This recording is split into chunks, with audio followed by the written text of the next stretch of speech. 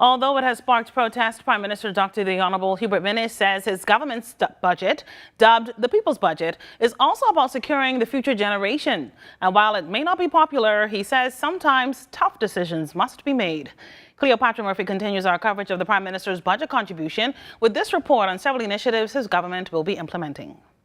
Prime Minister Dr. the Honorable Hubert Minnis defended government's controversial budget that will see value-added tax increase from 7.5% to 12%, adding that it was the only reliable option after government considered 10% and 15%, but he says had government done nothing, it would have destroyed the country. I appreciate that some have suggested that an increase in VAT of that magnitude will serve to slow domestic consumption and the rate of economic growth.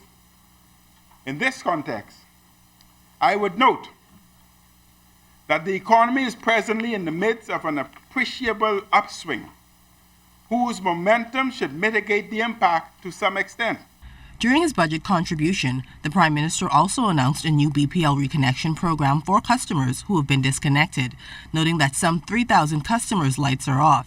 He says customers must pay 25% of their existing balance. Customers must maintain monthly payments of current bills, plus 10% of their arrears, which should allow full repayment in 11 months.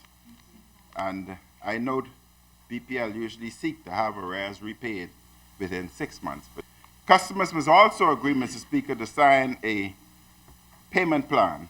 Minnis also touched on government's affordable housing program, where he says government's vision is to create one housing subdivision each year for the next 10 years, selling lots to Bahamians for less than $30,000.